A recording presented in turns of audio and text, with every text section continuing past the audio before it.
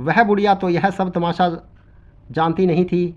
वह धन पाकर बड़ी प्रसन्न हुई और सोचने लगी कि खलीफा कैसे मुझ पर कृपालु हो गया। अब्बुल हसन के बारे में उसने सोच लिया कि कहीं घूमने फिरने निकल गया होगा। जब अब्बुल हसन राजकाज से निवृत्त हुआ तो सारे दरबारी और सरदार उसे सलाम करके विदा हो गए। उसके पास केवल मंत्री और प्रबंधक ख्वाजसरा मसरूर रह गए। फिर मंत्री की सहायता से अब्बुल हसन सिंहासन से नीचे उतरा और उसी भवन की ओर जाने लगा जहाँ से वह दरबार में आया था। रास्ते में अब्बुल हसन को दिशा जाने की जरूरत पड़ी। मसरूर ने एक और उसे ले जाकर शाही शौचालय खोल दिया।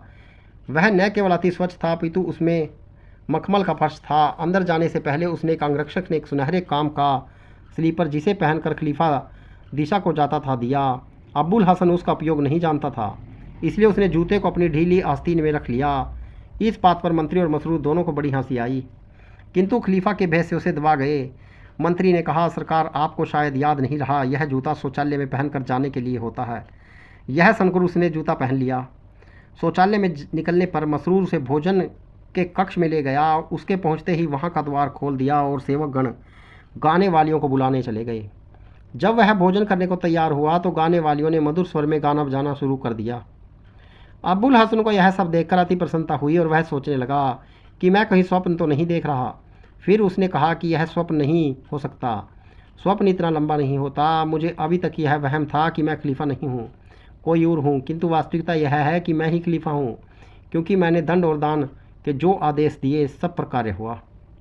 उस स्थान पर ढेर सारे सोने चांदी के बर्तन थे और 7 सुंदरिया दासियाँ उसके समीप गाना बजाना कर रही थी। छत में अति सुंदर 7 झाड़ लगे थे जिनमें कपूर की बनी मोमबत्तियाँ जल रही थी। फर्श पर चमचमाते भोजन पात्र रखे थे और कोनों में 7 सुनहरी अंगीठियों में भांति भांति की सुगंधियाँ जलाई जा रही थी और सुंदर वस्त्र भूषण पहने 7 दासियाँ उसकी सेवा के लिए खड़ी थी। उसके हाथों में मोरछल और हल्के पंख थे जिनके हाथों में रत्न जड़े थे। अब्बुल हसन यह सब देखकर खुश हो रहा था। फिर वह भोजन के आसन पर बैठा। उसके बैठते ही 7 दासियाँ मोरछल और पंखियाँ झलने लगी। अब्बुल हसन उन्हें देखकर खुश हुआ। वह बोला, तुम लोगों में से हर एक बारी बारी से मोरछल हिलाए और बाकी मेरे साथ बैठकर खाएं।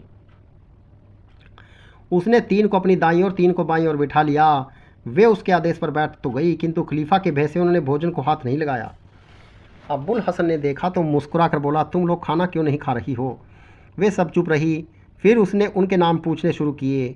एक ने अपना नाम मेहताब, दूसरी ने हसीना, तीसरी ने महालका, चौथी ने नजीफ़ा, 5वीं ने हूरे जीना और 7वीं ने अपना नाम साइका बताया।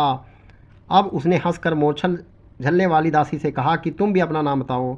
उसने कहा कि मेरा नाम माहे मुनीर है। खलीफा यह सब तमाशे देखकर आनंद ले रहा था कि एक बाहरी अनाड़ी व्यक्ति खलीफा बनकर किस तरह व्यवहार करता है। जब अब्बुल हसन ने भोजन से हाथ खींचा तो प्रतीक्षारत सेवकगण जल्दी से आगे आए। एक ने उसके हाथों के नीचे चिलमची रखी और दूसरे ने पानी धार डाल उसके हाथ धुलाए। भोजन से निवृत्त होने पर सेवकगण उसे कक्ष में ले गए जहां उसे मनसद पर बिठा दिया गया। इस कक्ष की सजावट भोजन कक्ष से अधिक थी। उसमें छत की 7 कंदीलें लटक रही थी जिनमें लाल जड़े थे और उनके अंदर कई कई बत्तियां जल रही थी। उसकी दीवारों पर कुशल कारीगरों द्वारा बनाए गए प्राकृतिक दृश्यों के रंगीन चित्र अंकित थे। उनके नीचे सूखे मेवे और ताज़े फलों की 7 कश्तियाँ लगी थी। वहाँ भी अति सुंदर 7 दासियाँ और वे परम सुंदरी थी। अब्बुल हसन उन पर भी मोहित हो गया और उनसे सबसे उनके नाम पूछने लगा और अपने हाथ में से उन्हें मेवे खिलाने लगा। फिर मसरूर उसे तीसरे कमरे में ले गया। वहाँ पर 7 समूह गाने वालियों के थे। यह गायिकाएँ पिछली सभी गायिकाओं से अधिक कुशल थी। उनके अलावा 7 अति सुंदर दासियाँ 7 पात्र लिए खड़ी थी जिनमें तरह तरह के शरबत भरे थे। वहाँ उसके जाते ही गाना बजाना शुरू हुआ। उसने थोड़ा थोड़ा शरबत चखकर दासियों से कहा कि तुम्हें जो शरबत पसंद हो वह पी लो। उसने इन दासियों से भी नाम पूछे और उनके बताने पर खूब खुश हुआ। वह बहुत देर तक उनसे हास परिहास भी करता रहा। खलीफा भी छुपकर उसकी सारी हरकतें देखता रहा और मज़े लेता रहा। सूर्यास्त होने पर ख्वाजसरा मसरूर अब्बुल हसन को चौथे कमरे में ले गया। वह भी वैसा ही सजा हुआ था जैसे और कमरे थे, बल्कि उनमें भी कुछ अधिक ही सजा हुआ था बल्कि उनसे भी कुछ अधिक ही सजा हुआ था। इसमें हीरे जड़े 7 फानूस थे जिनमें कपूर की बनी मोमबत्तियां जल रही थी और यह बत्तियां इतनी अधिक थी कि कमरे में दिन जैसी रोशनी हो रही थी। कमरे के बाहरी दलान में गायिकाओं और वादिकाओं के साथ समूह बैठे थे और अपनी अपनी कला का वे सभी प्रदर्शन कर रही थी। वास्तव में वे अपनी अपनी कलाओं में इतनी प्रांगत थी कि संसार में शायद कोई कलाकार उनकी स्पर्धा करने के योग्य नहीं होगा। उन्हीं गायिकाओं के अतिरिक्त बहुत सी अति सुंदर दासियां, जिनमें से हर एक अपने रूप से पूर्ण चंद्र को लज्जाने वाली थी, बहुमूल्य वस्त्राभूषण पहने खड़ी थी।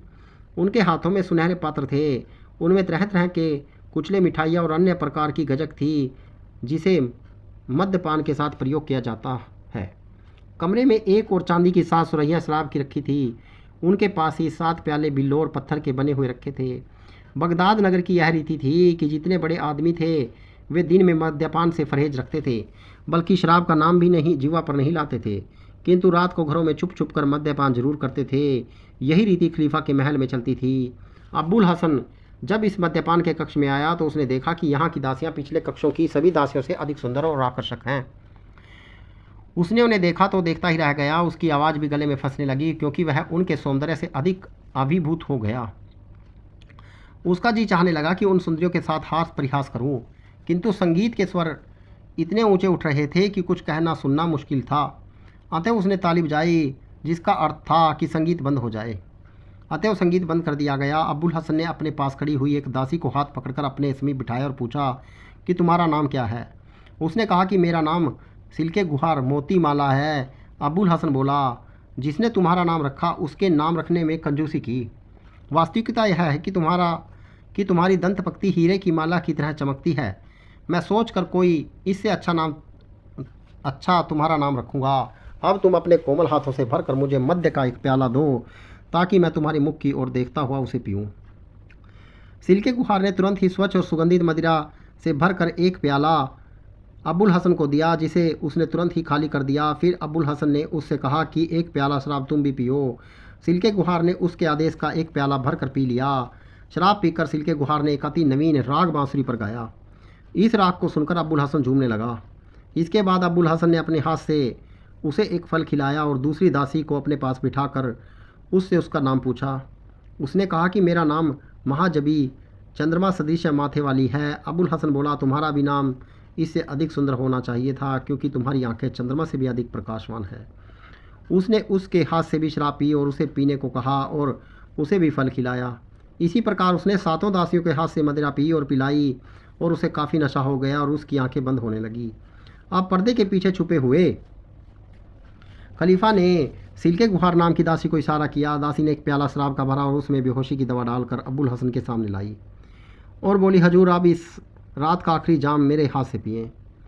इसके बाद मैं एक राग सुनाऊंगी। वह राग मैंने आज सुबह ही बनाया है और अभी तक किसी और ने उसे नहीं सुना है। अब्बुल हसन ने एक ही सांस में सारा प्याला पी लिया। दासों ने बांसुरी लेकर वह राग बजाया जिसे उसने नवीनतम राग कहा था। अब्बुल हसन ने उसे पसंद किया और दोबारा सुनने को कहा। जब दासी ने दोबारा यह सुना तो अब्बुल हसन ने चाहा कि उसकी प्रशंसा करे, किंतु उस पर बेहोशी की दवा का पूरा असर हो गया, इसलिए उसके मुंह से आवाज़ न निकल सकी और वह मुंह खोल कर रह गया। उसकी आंखें बंद हो गई। उसने हाथ पांव ऐसे ढीले हो गए जैसे किसी गश खाए हुए आदमी के हो जाते हैं। उसके हाथ से मद्यपान गिरने लगा, जिसे एक आदमी ने दौड़कर संभाल लिया। अब्बुल हसन बेहोश हो गया तो खलीफा पर्दे के पीछे से निकल आया। उसने अब्बुल हसन के शाही वस्त्र उतरवाए और उसके अपने कपड़े उसे पहना दिए। फिर उसने उसे उसी विशाल कायदास को आदेश दिया कि इसे इसके घर में लिटा आ और वापसी में द्वार खुला छोड़ देना। वह उसे उठाकर महल के चोर दरवाजे से निकला और जैसे खलीफा ने कहा था वैसा ही किया। खलीफा ने वहाँ उपस्थित लोगों को कहा कि यह आदमी भगवान से प्रार्थी था कि एक दिन के लिए खलीफा बन जाऊँ तो गुली के मुजिन और उसके साथियों को दंड दूँ। मैंने इसे यह अवसर दे दिया। सुबह बेहोशी दूर होने पर जब अब्बुल हसन की आंख खुली तो उसे आश्चर्य हुआ कि मैं इस साधारण घर में किस तरह आ गया। वह महल की दासियां सिल्के गुहार मोहताब आदि को आवाज़ देने लगा कि तुम कहाँ मर गई, मेरी सेवा के लिए क्यों नहीं आती। जब कोई न बोला तो वह बड़ी ऊंची आवाज़ में बुलाने लगा और नाराज़ होकर अनाप शनाप बकने लगा। उसकी माँ यह चीख पुकार सुनकर दौड़ी आई और उससे कहने लगी, बेटे तुझे क्या हो गया, तू किस पर बिगड़ रहा है। अब्बुल हसन ने बड़े घमंड में उसकी तरफ देखा और कहा, श्रीमती जी आप किसे अपना बेटा कह रही हैं। माँ ने कहा, तू ही मेरा बेटा अब्बुल हसन है और किस आदमी को अपना बेटा कहूँगी। यह अजीब बात है कि 24 घंटे के भीतर तू मुझे भूल गया। अब्बुल हसन ने सहूलियत से कहा, देवी तुझे कुछ भ्रम हुआ है, मैं अब्बुल हसन नहीं हूँ, मैं खलीफा हूँ। उसकी माँ ने कहा, हाय हाय बेटे, तुम कैसी बातें कर रहे हो, तुम अब्बुल हसन नहीं हो। अब्बुल हसन बोला, तुम बकवास किए ही चली जाती हो, मैं खलीफा हूँ और तुम मुझे अपना बेटा समझती हो। बुढ़िया ने कहा, धीरे बोलो बेटा, इतनी बड़ी बात मुंह से नहीं निकालते, बगदाद के लोग तुम्हें पागल समझेंगे और तुम्हारी पिटाई कर देंगे। अब्बुल हसन ने कहा, खूब बातें करती हो तुम, पहले मुझे अपना बेटा बनाया, अब कह रही हो कि मैं पागल हूँ। मैं तुमसे कहता हूँ कि मैं पागल नहीं हूँ, मैं अपने पूरे होश वास में हूँ। मैं खलीफा हूँ जिसे सब लोग अपनी भूलों का स्वामी कहते हैं और जिसके अधीन दुनिया के सभी राजा महाराजा हैं। माँ बोली, हाय भगवान, मैं क्या करूँ, तुम्हारे सिर पर कोई भूत प्रेत सवार हो गया है या खुद शैतान तुम्हें बहका रहा है। भगवान तुम्हारी रक्षा करे। देखो, तुम अब्बुल हसन हो, तुम मेरी कोख से इसी घर में पैदा हुए हो।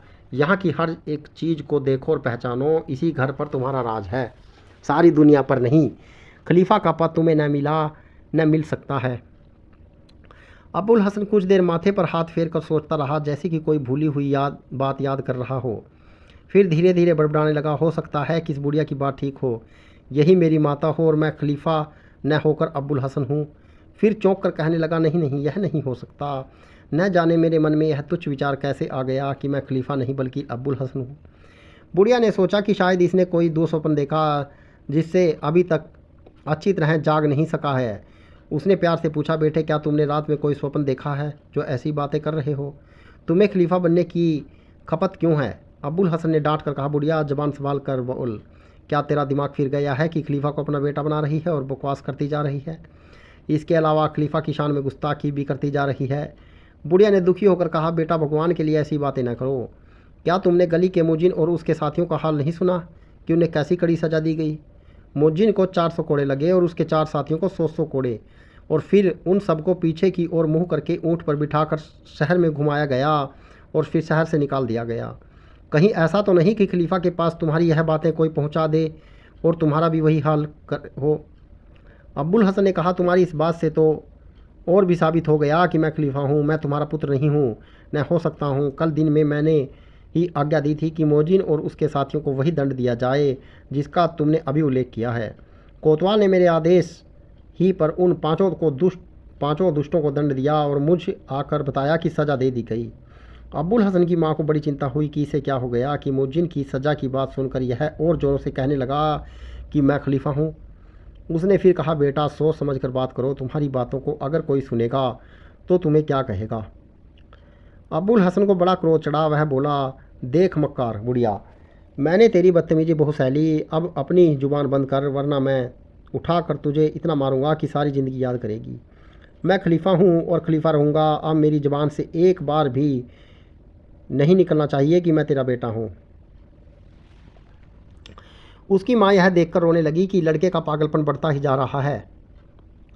अब्बुल हसन को यह देखकर और गुस्सा आया। वह अपने बिस्तर से उठा और उसने हाथों से एक छड़ी ली और बुढ़िया को घुड़क कर कहने लगा, बोल, अब क्या कहती है, मैं कौन हूँ, खलीफा या तेरा बेटा? उसने कातर दृष्टि से देखकर कहा, तुम मेरे बेटे हो, खलीफा कैसे हो जाओगे? तुम अब्बुल हसन हो, तुम्हें मैंने जन्म दिया है और दूध पिलाया है। खलीफा के पद तो सिर्फ हारून रशीद हैं, जिनकी हम दोनों और दूसरे लोग प्रजा हैं। वे सारे राजाओं के सर्वस्व हैं। अभी कल ही उन्होंने कृपा करके मेरे पास 1000 अशरफियों का तोड़ा भिजवाया था। अशरफियों के नाम पर अब्बुल हसन को खलीफा होने का और भी विश्वास हो गया। उसने अपनी माँ से कहा, धूर्त स्त्री, तू बड़ी कृतघ्न है।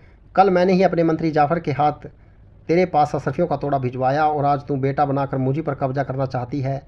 तेरी इस धृष्टता का दंड तुझे मिलना चाहिए। यह कहकर उसने माँ का हाथ पकड़ा और डपट कर पूछा, मैं कौन हूँ?